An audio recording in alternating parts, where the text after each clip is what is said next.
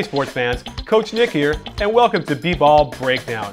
Today I want to talk a little bit about Malcolm Gladwell's book Outliers and how he talks about the notion of having 10,000 hours to completely master a skill.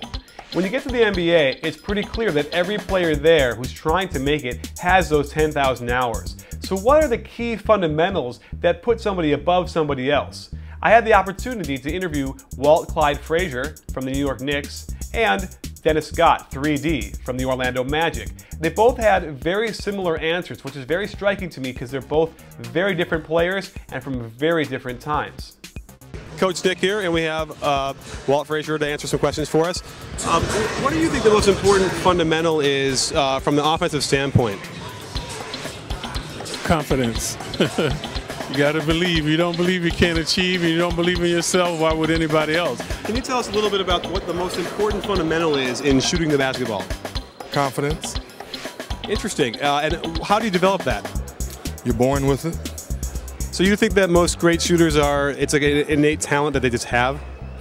If you ask Reggie Miller, if you ask Steve Smith, if you ask Dale Curry, we were able to shoot at a very, very young age.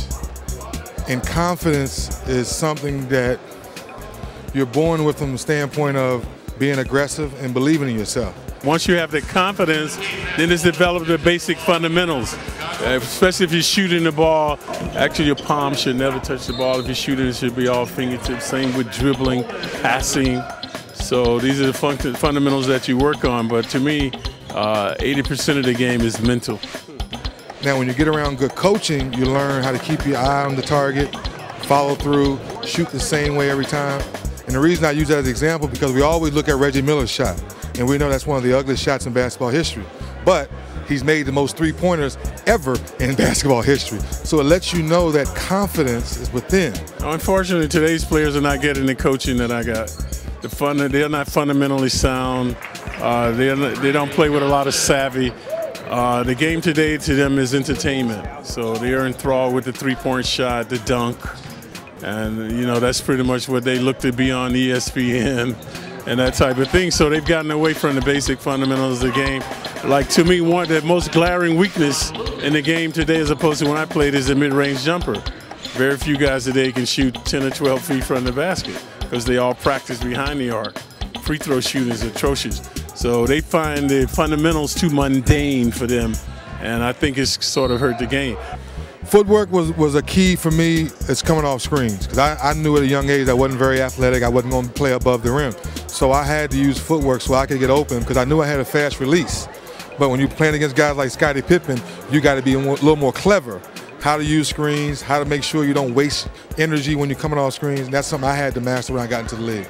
My coaches were very instrumental in my personality, the way I developed my style, especially the fundamental. I was fundamentally sound. I could rebound, I could defend, I could dribble, I could shoot, I could pass, I could play as a team player. So that was the essence of my game. I prided myself in being a very versatile player, and I just pay homage to my coaches. You could do all that work, and if you don't have confidence, it means nothing. It means nothing because if it's 99-99, the score and the ball's in your hand, if you don't believe you can shoot it, you're not going to take it. All of us shooters, we want the ball when the score is 99-99, and regardless of what your form is, you believe you can make that shot. So that's why when you look at the Kobe's, all the guys who want that ball late in the game, no one taught them that. They were born with that.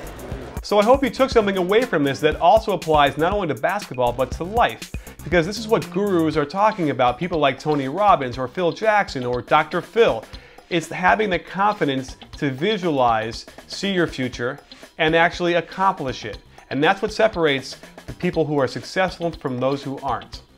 So I hope that really helped you guys. I can't wait to show you some more footage this weekend, so stay tuned for more on B-Ball Breakdown. And let's not forget, it's not a channel, it's a conversation.